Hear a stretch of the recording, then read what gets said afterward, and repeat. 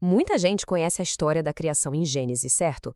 Mas e se a gente olhasse para ela não só como uma lista do que foi criado, mas como uma espécie de poema, uma construção grandiosa? É exatamente isso que vamos fazer agora: mergulhar na beleza poética e na profundidade teológica por trás desses 7 dias que, segundo o texto, deram forma ao nosso universo.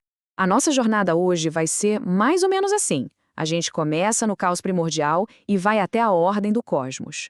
Primeiro, vamos ver como o universo foi formado. Depois, como ele foi povoado. E, por fim, como toda essa obra foi declarada muito boa. É uma viagem, literalmente, do vazio à plenitude. Então, vamos lá, direto para o início de tudo, para um tempo antes do tempo, quando o mundo era, de acordo com o texto, um vazio, escuro e sem forma. Era puro potencial, só esperando para ser despertado. E que começo, hein? Essa declaração é monumental. Ela não só dá o pontapé inicial na história, mas já estabelece uma ideia teológica super profunda, a de uma força criadora soberana que traz tudo à existência a partir do nada. É o ponto de partida absoluto para tudo que vem depois.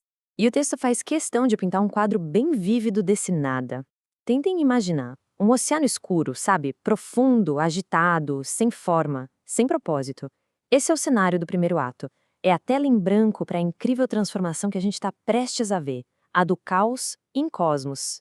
E agora a gente começa a testemunhar a criação se desdobrando.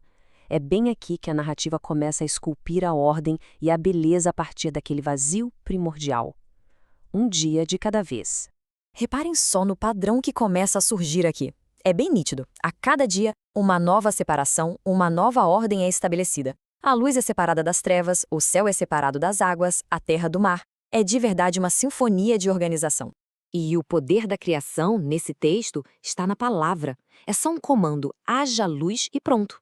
A escuridão que cobria tudo se transforma em brilho. É a palavra que aqui traz a realidade à existência.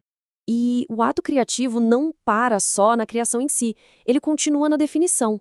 Nomear as coisas é um ato de domínio, de organização. Ao dar nome ao dia e à noite, o texto mostra que essa força criadora não só define, mas estabelece sua autoridade sobre eles. E esse refrão ouve tá de manhã, que se repete no final de cada dia, não é só uma fórmula poética, não. Ele marca o ritmo da criação, sabe? Como uma batida, um lembrete constante da ordem, do propósito e do tempo que agora existem.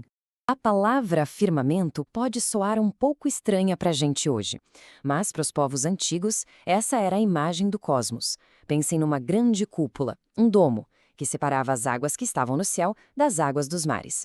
Era uma peça essencial na arquitetura do mundo como eles o entendiam. E no terceiro dia, a criação ganha vida.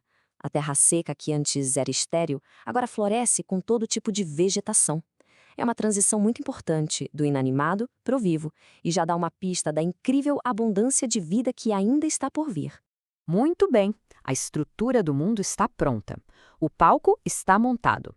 Agora, a cortina se abre para o grande espetáculo da vida. A narrativa passa a contar como essa criação foi povoada com uma infinidade de seres. E olha que interessante, diferente de muitas culturas antigas que adoravam os corpos celestes como se fossem deuses, aqui em Gênesis eles são apresentados como servos, instrumentos criados com uma função bem clara: governar o tempo, marcar as estações e iluminar a terra. As águas, que antes eram silenciosos, agora pulsam com vida em abundância. Os céus, antes vazios, agora ecoam com o canto dos pássaros. O mundo está se tornando uma sinfonia vibrante de movimento e som. E aqui está a primeira bênção do texto. É um verdadeiro convite à vida. A criação não é algo estático, parado. As criaturas são capacitadas a participar desse processo criativo, recebendo o comando de encher o mundo com sua descendência. Dos animais selvagens mais majestosos aos menores répteis, a terra seca agora se enche de uma diversidade impressionante de criaturas. Cada uma delas, segundo o texto, é um testemunho da imaginação ilimitada do Criador. E então, a linguagem muda. O ritmo da narrativa dá uma pausa, sinalizando um momento de importância única. O plural façamos tem intrigado teólogos por séculos. Sugere um conselho, uma deliberação divina especial para o ato final da criação. E essa é a grande distinção. Dentro dessa narrativa, ser criado à imagem de Deus não tem a ver com a aparência física. Tem a ver com a capacidade de raciocinar, de amar, de criar, de se relacionar com o divino e com o próximo. É o que tornaria a humanidade única em toda a criação. E assim, a Semana da Criação chega ao seu grandioso final. Uma obra-prima de ordem, beleza e propósito, que agora está completa e pronta para ser revelada em toda a sua glória. Agora olhem só a elegância dessa estrutura. É uma assimetria perfeita que revela a mente de um mestre arquiteto. Pensem bem, os 3 primeiros dias criam os espaços, certo? E os 3 dias seguintes, eles preenchem esses espaços.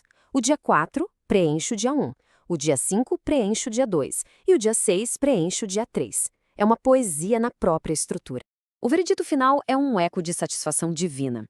Se cada parte individualmente era boa, o todo, integrado, é muito bom. Isso não é só um elogio, é uma declaração da perfeição e da harmonia de uma criação que, no texto, reflete a glória de seu Criador. No final das contas, a história da criação em Gênesis é mais do que só um relato sobre o passado. É um convite atemporal, um chamado para que a gente também participe na criação, trazendo ordem, beleza e esperança a um mundo que muitas vezes ainda parece meio caótico e sem forma.